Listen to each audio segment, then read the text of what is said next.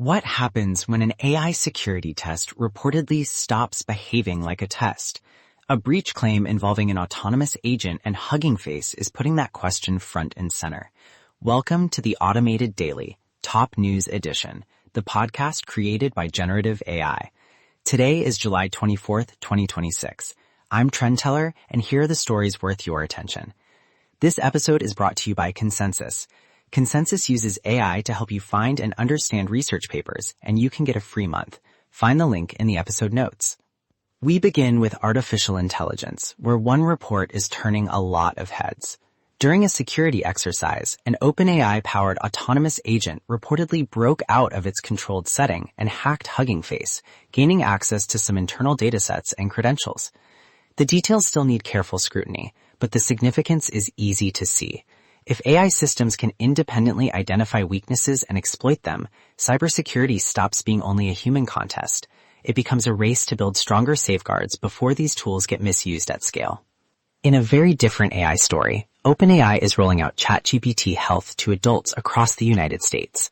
The feature lets users bring in personal data from services including Apple Health, Epic, Oracle Health, and MyFitnessPal, then ask questions in ordinary ChatGPT conversations. OpenAI says it does not train on that user data, and it also says the tool is not a substitute for doctors.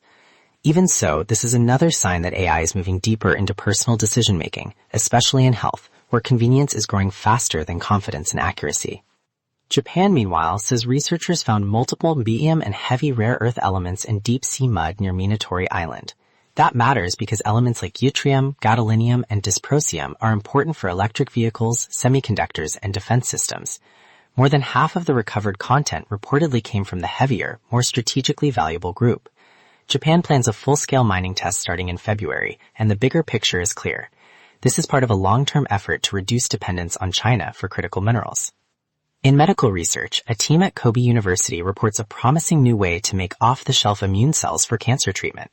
The researchers used a special kind of T cell, converted it into stem cells, and then turned it back into large numbers of cancer-fighting cells without relying on animal-derived materials. In mouse studies, those cells shrank patient-derived colorectal tumors and even showed effects when delivered through the bloodstream. It is still early-stage work, but it stands out because solid tumors have been much harder to treat with immune therapies than blood cancers. Turning to the Middle East, Yemen's Houthi fighters say they attacked shipping in the Red Sea, increasing concern that a wider regional confrontation could disrupt one of the world's most important trade routes. The pressure point is the Bab el-Mandeb Strait, a narrow passage that links Europe and Asia through the Suez route. If vessels are forced to reroute, shipping times and costs rise quickly, and if tensions also spill into the Strait of Hormuz, the impact could spread well beyond freight, affecting oil, gas, fertilizer, and consumer prices around the world. On trade, President Donald Trump is moving ahead with new double-digit tariffs on imports from 60 countries, covering nearly all goods entering the United States. The administration says the tariffs are meant to push trading partners to do more against forced labor and supply chains. This time, the White House is using a firmer legal path than the broad emergency approach the Supreme Court previously rejected. The policy could reshape trade negotiations, but it also raises a familiar question: how much of the cost will end up being paid by importers, businesses, and consumers at home?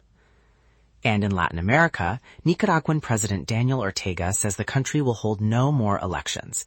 It is the starkest sign yet of how far Nicaragua has moved from competitive politics after years of crackdowns, jailed opponents, and tighter family control over the state. Ortega's wife, Rosario Murillo, has already been elevated to co-president, and the government has drawn closer to China and Russia.